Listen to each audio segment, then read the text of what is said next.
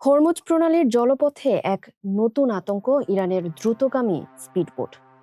সম্প্রতি একঝাঁক ছোট নৌযান ব্যবহার করে দুটি মালবাহী জাহাজ জব্দের ঘটনা মার্কিন সামরিক পরিকল্পনাবিদদের নতুন করে দুশ্চিন্তায় ফেলেছে। এমন এক সময়ে এই ঘটনাটি ঘটল যখন ওয়াশিংটন দাবি করছিল যে তারা ইরানের নৌ হুমকিকে প্রায় ধ্বংস করে দিয়েছে। স্বয়ং মার্কিন প্রেসিডেন্ট ডোনাল্ড ট্রাম্পও স্বীকার করেছেন যে রেভলিউশনারি গার্ডের এই ছোট আক্রমণাত্মক নৌযানগুলোকে এতদিন তারা খুব একটা বড় হুমকি হিসেবে দেখেননি।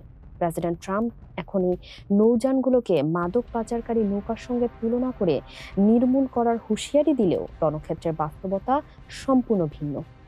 বার্তা সংস্থা রয়টার্স বলছে স্পিডবোটগুলো মোটেও নিরস্ত্র নয়। রেভলিউশনারি গার্ডের এই বহরে রয়েছে ভারী মেশিনগান, রকেট লঞ্চার এবং আধুনিক জাহাজ বিধ্বংসী ক্ষেপণাস্ত্র। নিরাপত্তা সংস্থা ডায়াপ্লাসের মতে এই স্পিডবোটগুলো এখন ইরানের এক বহুমুখী ও স্তরীভূত আক্রমণ ব্যবস্থার অবিচ্ছেদ্য অংশ, যার সঙ্গে যুক্ত থাকে ড্রোন, মাইন এবং শক্তিশালী ইলেকট্রনিক হস্তক্ষেপ। ইরানের এক ঊর্ধ্বতন কর্মকর্তার মতে এই ছোট নৌযানগুলোই এখন তাদের নৌকৌশলের মেরুদণ্ড। অত্যন্ত দ্রুত গতির কারণে এগুলো হিট অ্যান্ড রান পদ্ধতিতে অতর্কিত হামলা চালিয়ে রাডারে ধরা পড়ার আগেই নিরাপদে ফিরে আসতে পারে। সাধারণত 12টির মতো নৌযানের একটি দল জাহাজ জব্দ অভিযানে অংশ নেয়। যুদ্ধের শুরু থেকে এই পর্যন্ত 100টির মতো নৌযান ধ্বংস করা হলেও ইরানের কাছে এখনো কয়েক হাজার স্পিডবোট রয়েছে, যা উপকূলীয় সুড়ঙ্গ বা বেসামরিক নৌযানের আড়ালে অত্যন্ত সুকৌশলে লুকিয়ে রাখা হয়।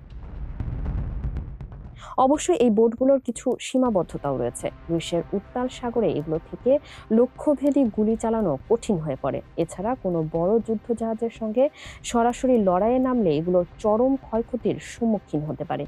কিন্তু প্রতিরক্ষা বিশ্লেষক জেরেমি বিনির মতে বড় ফ্রিগেট খুঁজে বের করা যতটা সহজ, এই ছোট বোটগুলোকে নির্মূল করা তার চেয়ে অনেক বেশি কঠিন, কারণ এগুলো খুব সহজেই আত্মগোপন করতে পারে।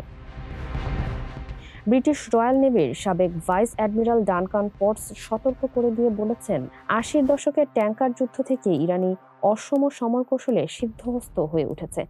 মার্কিন নৌবাহিনী হয়তো ইরানের বড় যুদ্ধজাহাজ ধ্বংস করেছে, কিন্তু তারা ভুলে গেছে যে প্রতিপক্ষ এখন প্রথাগত যুদ্ধের বদলে গেরিলা কায়দায় সমুদ্র শাসন করতে শিখে গেছে।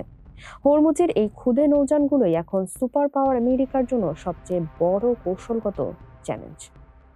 ফারিহা আহমেদ, মানবকণ্ঠ।